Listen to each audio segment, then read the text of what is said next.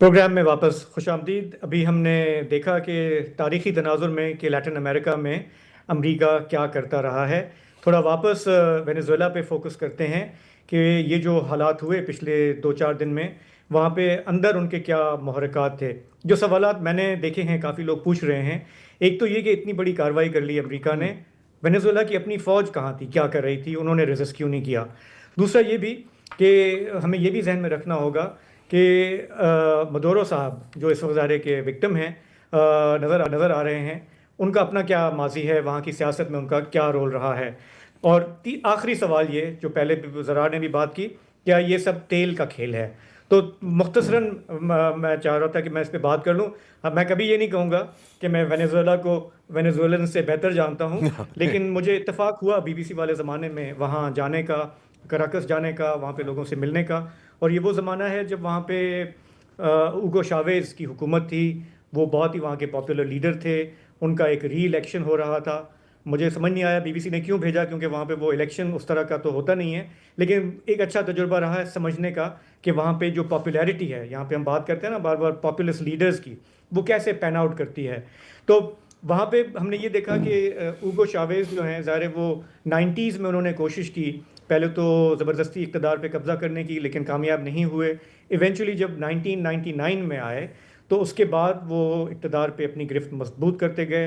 उनके ज़बरदस्त ताल्लुकात थे ईरान के साथ, बाएं बाजू के जो सोशलिस्ट जो दीगर मुल्क के हैं, क्यूबा है, रूस है, अरब मुल्कों में ख़ास तौर पे फ़लस्तीनी जो तहरीक है उसके वो बड़े हामी थे। इसराइल को भी बहुत रगड़ते थे। और लैटिन अमेरिका में वो एक बड़ी आवाज़ बनकर उभरे जो अमेरिका को भी आंखें दिखाता था। लेकिन इस पूरे टाइम में हमने देखा कि आहिस्ता आहिस्ता जब उनकी इक़्तिदार पे गिरफ्त मजबूत होती गई, और जब वैसे ही जब आप एक मिलिट्री सोल्जर होते हैं, इक़्तिदार संभालते हैं, तो हमने देखा कि आहिस्ता आहिस्ता से वेनेज़ुएला अंदर से खोखला होता गया। और हमने देखा कि उसका जो ऑयल है, हालांकि ये एक ओपेक बनाने वाले मुल्कों में जो बानी मुल्क हैं उसमें वेनेज़ुएला का शुमार होता है, लेकिन आहिस्ता आहिस्ता हमने देखा कि उसकी जो प्रोडक्शन थी, किसी ज़माने में ऑयल प्रोडक्शन समझें कि 3 मिलियन बैरल पर डे थी 1990s में, वो आहिस्ता आहिस्ता घट कर अभी जो लेटेस्ट फिगर्स मैंने देखे हैं नवंबर के, वो आकर कोई मुश्किल से 9 लाख या सवा 9 लाख बैरल पर डे पर आके कम हो गई। अब उसमें ज़ाहिर है अंदरूनी उनके जो मिसमैनेजमेंट है, करप्शन है, उसका बड़ा हिस्सा है, लेकिन इस बात से इनकार नहीं कि अमरीकी सैंक्शंस ने बड़ा रोल प्ले किया।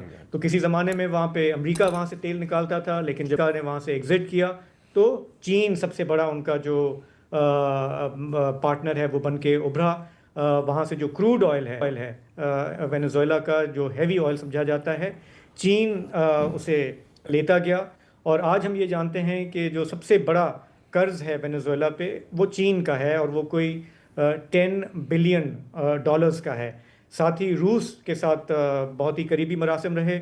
जो जंगी साजो सामान है वेनेज़ुएला का, वो सोवियत एरा का है, रूसी साख्त का है पुराना है, थोड़ा फटीचर भी है, लेकिन लैटिन अमेरिका जो बाकी मुल्क हैं, जो बाकी फ़ौजें हैं, उससे ये कदरे बेहतर समझा जाता है। रूस ने भी काफ़ी कर्ज देकर, इकनॉमिक इमदाद देकर वेनेज़ुएला को चलाया है। ये सही से पता नहीं है कि बिलियंस के अगर कोई कर्ज हैं रूस के तो वो कितने हैं। तो इससे हमें ये पता लगता है कि इस वक्त जो वहाँ पे सिचुएशन है, मदोरो साहब जो हैं वो तसलसल हैं उगो शावेज़ के। उगो शावेज़ ने जिस तरह से मुल्क को चलाया, कब्ज़ा किया, मिलिट्री के ज़ोर पे चलाया, लेकिन साथ ही हमने ये भी देखा है, जब मैं भी वहाँ पे था मैंने देखा कि शाविस्ताज जो इनके चाहने वाले हैं, उनको कहा जाता है, वहाँ पे उन्होंने मलेशिया तंजीमों को पेट्रनाइज़ किया, उनको असलहा दिया जो उनकी हिमायत में होते हैं। क्रिमिनल जो ग्रुप्स हैं वो भी वहाँ की जो रियासत है उसके ज़ेरे तले वो पनपते रहे, मजबूत होते रहे। और अब भी जो मडूरो गवर्नमेंट है उसका बड़ा इन्हिसार ये था कि ठीक है हमारे पास अपनी इलाकों की फ़ौजें तो हैं, लेकिन अगर अमेरिका ने हमला किया तो हमारे ये लोग जो हथियारबंद हैं, जो सरहदों में होते हैं मुख्तलिफ़ इलाकों में, उनको हमने सपोर्ट किया है, पनपने दिया है, वो भी हमारी हिमायत में निकलेंगे। और बड़ा ये डर था कि जी वहाँ पे सिविल वॉर हो जाएगी। लेकिन अभी तक हमने ये देखा है कि जो उनकी नायब थी, जो अब एक्टिंग प्रेसिडेंट के लिए हलफ लेने जा रही हैं, आर्मी ने उनके घेर जो है उनको सपोर्ट किया है। آرمی یہ نہیں چاہتی کہ ہم کوئی اور بڑا پنگا لیں امریکہ سے کہ تاکہ ہمارے جو معاملات چل رہے ہیں کہیں پہ وہ ڈسٹرپ نہ ہوں. تو اس وقت وہ ہم کہتے ہیں نا کہ کڑوا گھونٹ پینا پڑتا ہے. دے ہیو کلوز رینکس, اور ان کی کوشش یہ ہے کہ ایک جو گورنمنٹ کا اپریٹس ہے وہ چلتا نظر آنا چاہیے, اور کوشش کرنی چاہیے کہ مزید ٹرمپ کو اتنا میں آپ سے چونکہ آپ وینیزویلا جا چکے, میں آپ سے پوچھنا چاہتا ہوں کہ آپ نے وہاں کیا دیکھا, اس لیے کہ لیٹن امریکہ میں جو طبقاتی فرق ہے وہ بہت زیادہ ہے. جو ایکسٹریم امیر ہیں وہ امیر ہیں, سارے وسائل ان کے پاس ہیں, اور جو غریب ہیں وہ بہت ہی غریب ہیں. تو یہ جو ہیوگو شاویز 98-99 میں آیا, اور اب تک کوئی غریبوں کی حالت بھی بدلی تھی یا صرف انہوں نے گینگسٹرز ہی پالے تھے؟ وسط صاحب انہوں نے اپنے جو ان کے حمایتی تھے, جو بھی جس طرح ہوتا ہے نا ہمارے یہاں بھی سیاسی پارٹی, اپنے لوگوں کو تو انہوں نے نوازا. لیکن جب میں وہاں پہ تھا, حالانکہ میں بات کر رہا ہوں کوئی 18-20 سال پہلے کی نا, یہ ہیوگو شاویز کا دور ہے, اس وقت بھی ہم نے قطاریں دیکھیں, مہنگائی بڑھ رہی تھی. لیکن جب یہ مڈورو آئے ہیں, اب دیکھیں انہوں نے بھی 3 انتخابات جیتے ہیں, اور جب یہ آئے ہیں 2019 میں, اس کے بعد ہم نے ہائپر انفلیشن دیکھی.